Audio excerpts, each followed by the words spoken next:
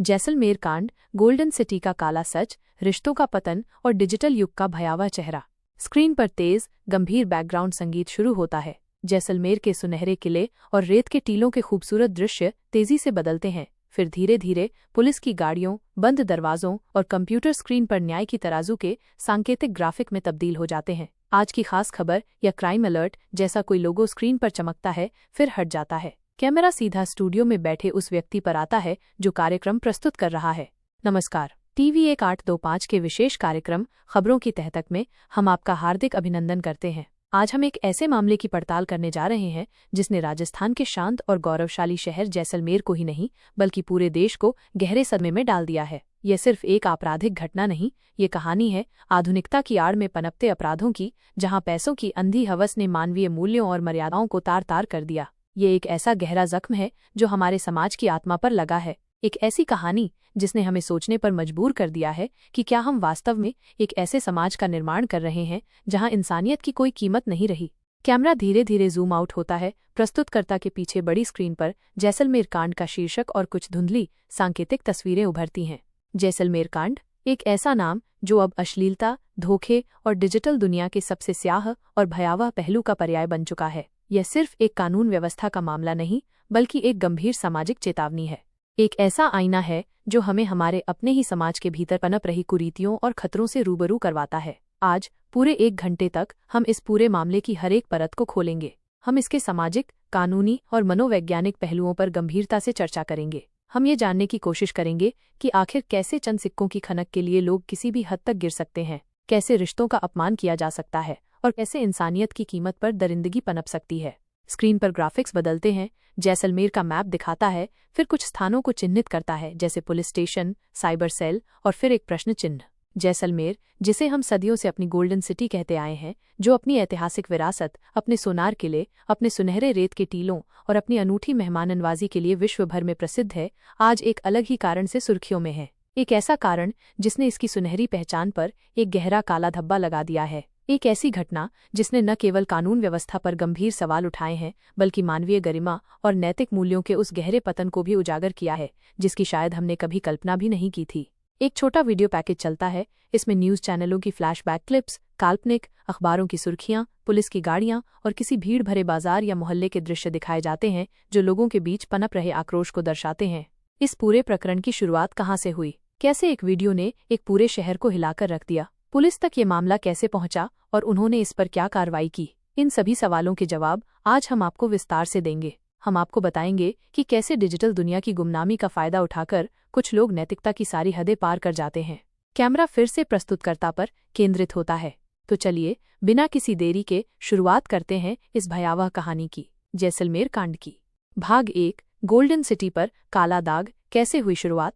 प्रस्तुतकर्ता गंभीर स्वर में। जैसलमेर कांड की कहानी शुरू होती है एक ऐसे अश्लील वीडियो के इंटरनेट पर वायरल होने से जिसने पुलिस और आम जनता दोनों को गहरे सदमे में डाल दिया। ये वीडियो किसी सामान्य अश्लील क्लिप से कहीं बढ़कर था।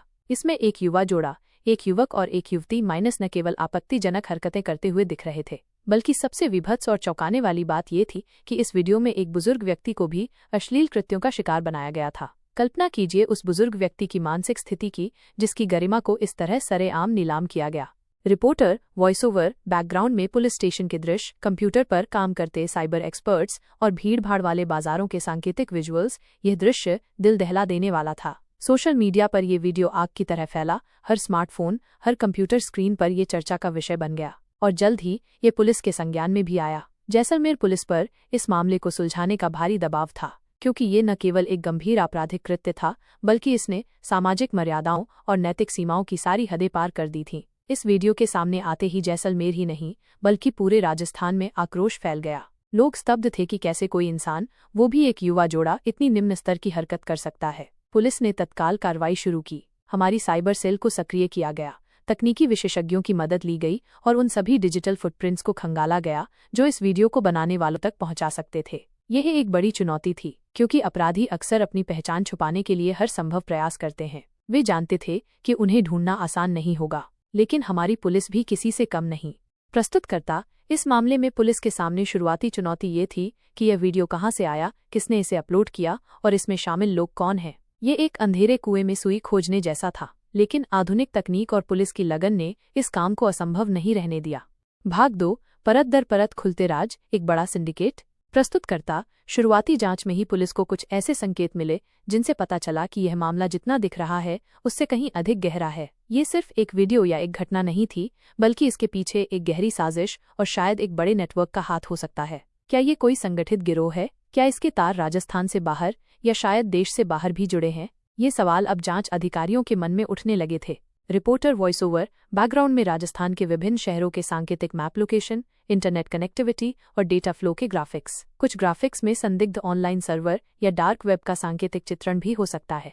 पुलिस ने जब डिजिटल साक्ष्यों का बारीकी से विश्लेषण किया तो एक और चौंकाने वाला और भयावह सच सामने आया। ये बात सामने आई कि ये जोड़ा केवल जैसलमेर तक ही सीमित नहीं था। उनके जब्त किए गए डिजिटल डिवाइसों और ऑनलाइन गतिविधियों से पता चला कि उन्होंने राजस्थान के अन्य प्रमुख शहरों जैसे जयपुर, दौसा और भरतपुर में भी इसी तरह के कई वीडियो बनाए थे। यही नहीं, चौंकाने वाली बात यह थी कि उनके लिंक अंतर्राष्ट्रीय स्तर पर भी फैले हुए थे। कुछ ऐसे ठोस सबूत मिले जिनसे इशारा मिला कि ये लोग विदेशों में भी ऐसे ही अश्लील वीडियो बनाने में संलिप्त थे। ये अपने आप में एक बड़ा खुलासा था जिसने जांच का दायरा कई गुना बढ़ा दिया और पुलिस के सामने एक जटिल पहेली खड़ी कर दी। अब यह मामला केवल स्थानीय अपराध नहीं रह गया था, बल्कि इसकी जड़ें दूर दूर तक फैल चुकी थीं। प्रस्तुतकर्ता, अब सबसे बड़ा सवाल ये था कि आखिर इस जघन्य कृत्य के पीछे की मंशा क्या थी? क्या ये सिर्फ विकृत मानसिकता थी, एक मानसिक बीमारी, या इसके पीछे कोई बड़ा आर्थिक मकसद छुपा था? क्या ये एक शौक था या एक पूरा धंधा, एक काला व्यापार? पुलिस की जांच जैसे जैसे आगे बढ़ी, एक और घिनौना सच सामने आया जिसने इस अपराध को और भी गंभीर बना दिया। पैसों की अंधी दौड़ जिसने इंसानियत को शर्मसार कर दिया और रिश्तों को भी नहीं बख्शा।